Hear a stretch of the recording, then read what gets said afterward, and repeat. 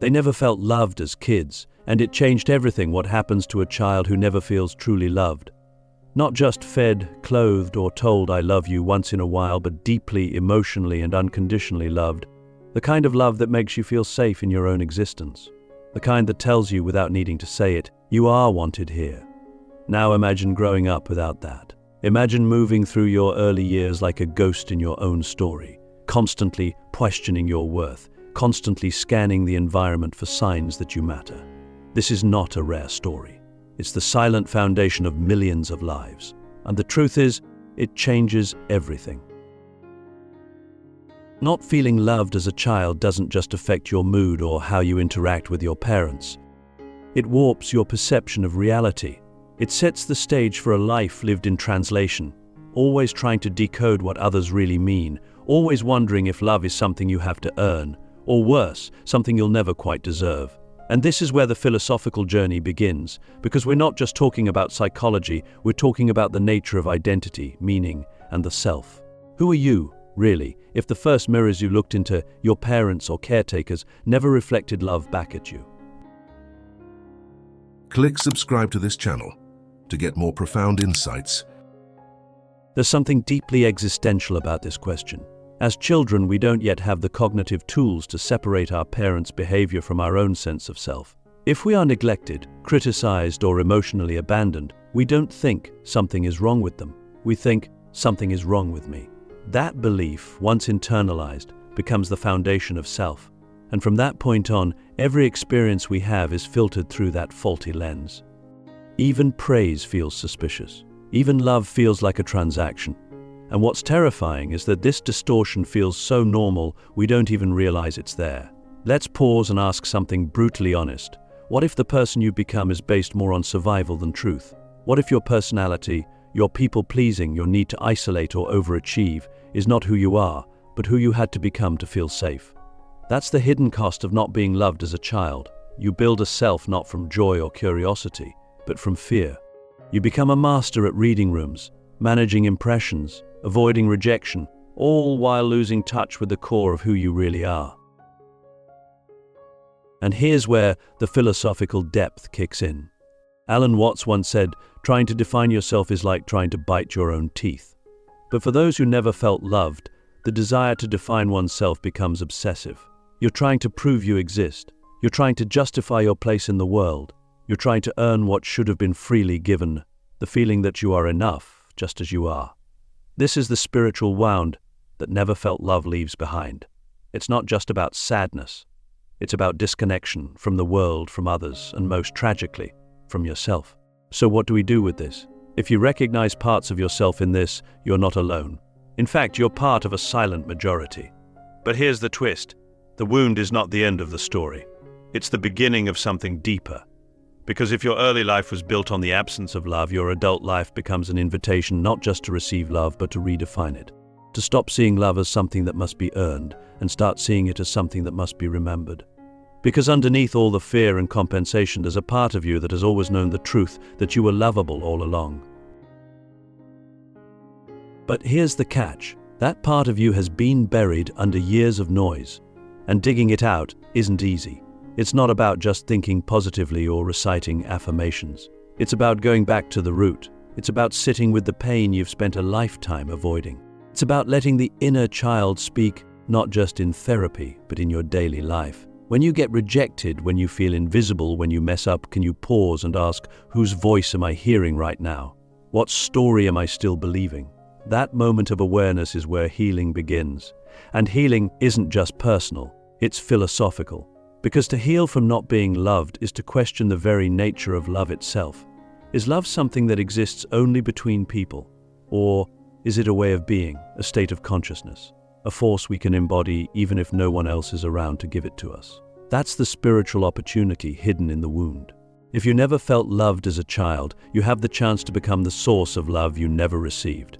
Not as a substitute, but as a reclamation, a return. So the question becomes, are you willing to love yourself in the places where no one else ever did? Are you willing to look at the broken pieces not as proof of your unworthiness, but as the exact places where light enters? Because here's the truth, Your worth is not a debate. It's not a performance. It's not something that can be taken from you. It was never given to you by someone else, so it can't be taken away by them either. It lives in you, underneath the pain, underneath the survival strategies, underneath it all. The armor we built, how the loveless child becomes an adult who can't feel safe when love is absent in childhood. Something inside us hardens, not all at once and not obviously, but slowly, subtly, like a soft stone turning into granite under pressure. We begin to build armor invisible at first, but incredibly heavy. Armor made of hyper-independence, perfectionism, sarcasm, control, emotional detachment. We don't call it armor. We call it being strong, ambitious, tough, low maintenance. But underneath all those labels is often a single, unspoken truth. I don't feel safe. Not in the world. Not with people. Not even with myself. Think about this. When love is conditional, inconsistent, or withheld, a child doesn't stop needing it. They just stop expecting it. And that shift is what creates the armor. Because once you stop expecting love, you start preparing for its absence. You prepare for abandonment, for betrayal, for rejection, not consciously, but instinctively. And soon you're not just protecting yourself from pain, you're protecting yourself from hope. Hope becomes dangerous. Vulnerability becomes exposure. And connection becomes a risk you're not sure is worth taking. That's how the loveless child becomes an adult who can't feel safe, even in calm situations, even in good relationships, even in moments of success. There's always a part of you scanning for the threat, waiting for the other shoe to drop. It's not paranoia, it's learned survival. Your nervous system was wired in an environment where love wasn't reliable, so now even decades later you struggle to trust calm, to relax into joy, to believe that good things aren't a setup for loss. Let me ask you something that might hit deeper than you expect. When was the last time you felt safe without conditions? Not safe because everything was under control. Not safe because you performed well or avoided mistakes. But safe just being you in your messiness, your confusion, your imperfections. If that question is hard to answer, you're not alone. Many of us have never truly felt that kind of safety. And the tragedy is, we've gotten so used to it that we confuse tension with normal. But here's the real danger of this armor. It doesn't just keep pain out, it keeps life out. It numbs the highs along with the lows. It makes love feel distant, even when it's right in front of us. It turns relationships into transactions, vulnerability into weakness, and self-worth into a scoreboard. You might be admired, respected, even loved by others, but if you don't feel safe internally, none of it lands. Compliments bounce off. Affection feels suspicious. Happiness feels temporary. And you wonder, why can't I just enjoy this? This is the philosophical tragedy of the unloved child. They grow up chasing something they don't believe they're allowed to keep. Even when they find love, they can't trust it. Even when they succeed, they don't feel worthy. Even when they're praised, they brace for criticism. The armor they built to survive now becomes the very thing that keeps them from living. But there's another layer to this. The armor isn't just emotional, it's existential. When you don't feel loved as a child, you don't just feel unsafe in relationships. You feel unsafe in existence. You start to believe the world is fundamentally cold, indifferent, even hostile, that you must prove your right to be here, that your value is conditional on usefulness. Alan Watts once said, "The meaning of life is just to be alive," and yet everybody rushes around as if it were necessary to achieve something beyond themselves. For the unloved child, that rush is not ambition, it's desperation. A need to earn what should have been given freely. The sense that your life matters simply because it exists. So what do we do with this armor? We can't just throw it off. It's protected us. It was built for a reason. But we can begin to soften it. We can learn to identify when we're acting from fear instead of truth. We can start noticing when we're trying to control life instead of experiencing it.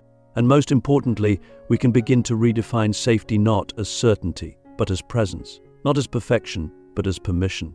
To be, to feel, to not know. To be flawed and still worthy. Healing starts when we stop trying to become lovable and start remembering that we already are. But to do that, we must first notice the armor. We must notice how we hide, how we deflect, how we perform.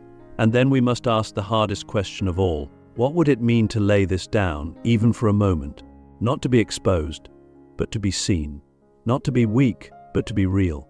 Because maybe the real strength isn't in the armor we built. Maybe it's in the courage to take it off.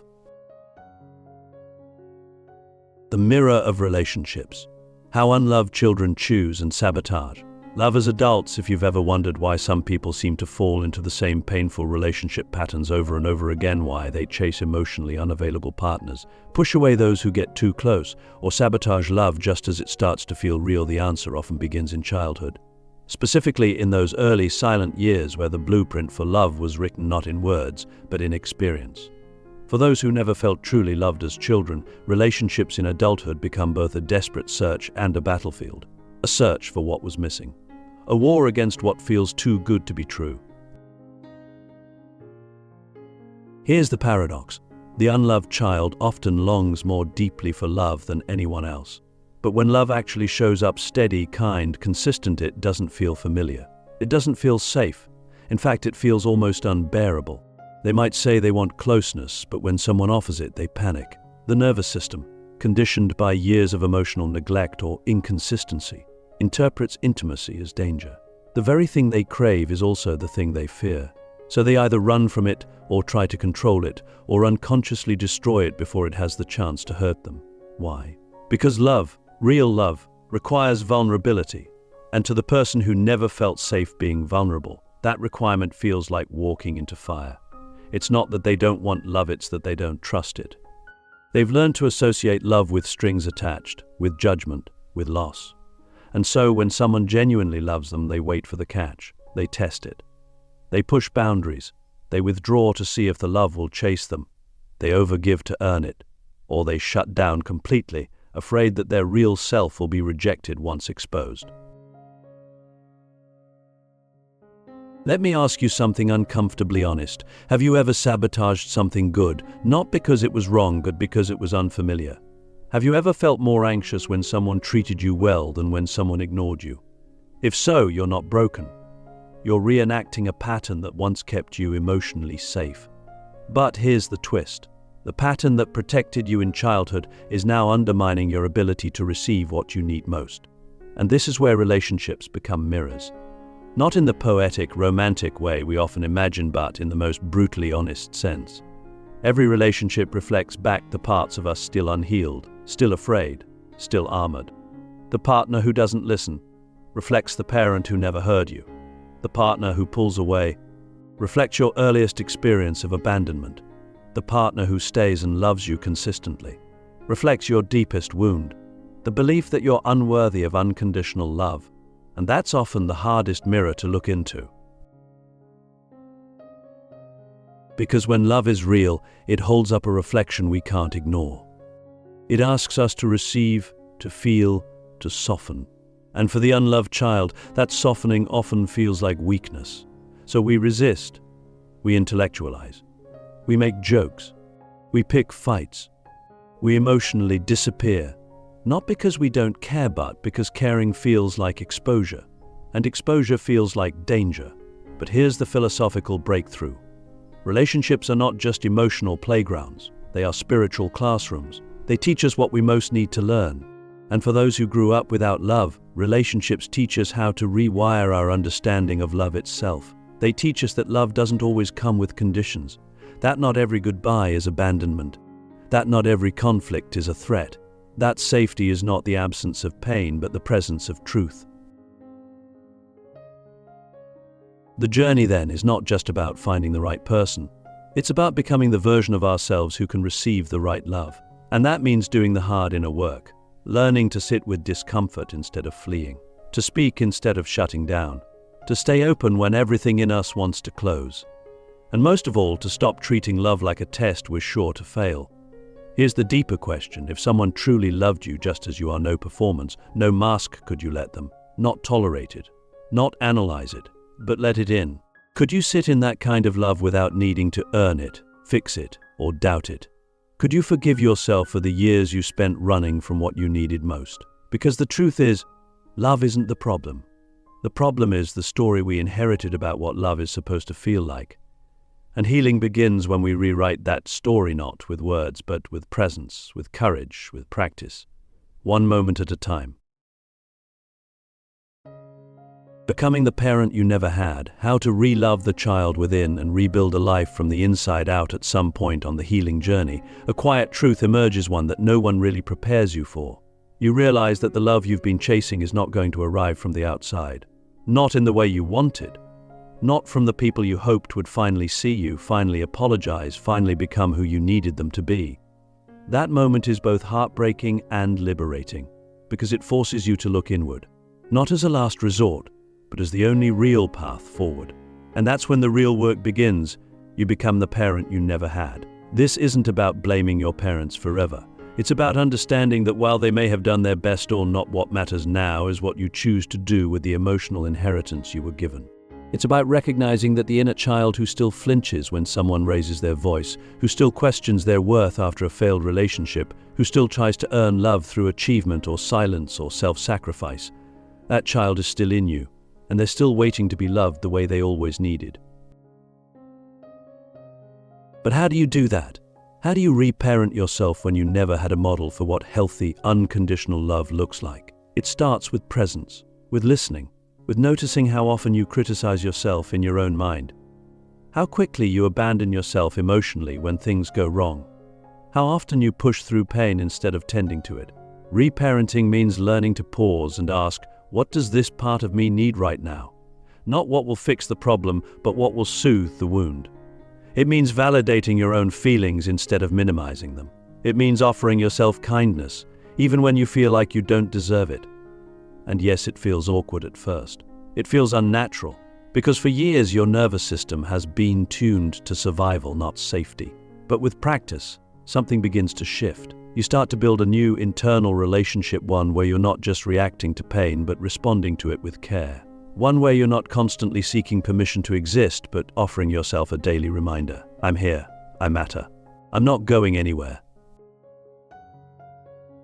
Let me ask you something radical. What if the love you've been waiting for is already inside you, just buried under years of neglect and noise? What if the truest form of love is not something you find, but something you become? Not just for others, but for yourself. Because here's the truth. No one else can give you the childhood you didn't have. But you can give yourself the adulthood you deserve.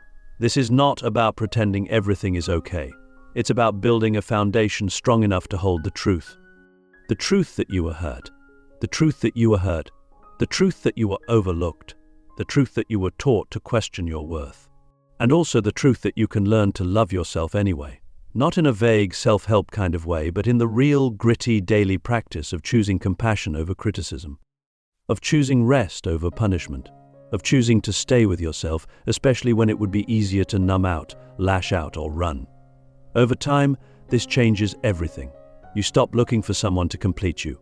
You stop outsourcing your self-worth. You stop needing the world to prove your value. Why? Because you've built something deeper, an inner home. And in that home, you're no longer a child waiting to be rescued. You're the adult who showed up, the one who says, I've got you now. So maybe the journey isn't about fixing yourself. Maybe it's about finally loving the parts you once hid.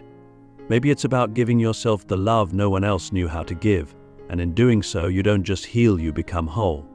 And the most beautiful part? That wholeness becomes your gift to the world. Because when you love the child within, you stop passing the pain forward. You stop repeating the cycle. You become proof that love, even if delayed, can still arrive. And when it does, it changes everything.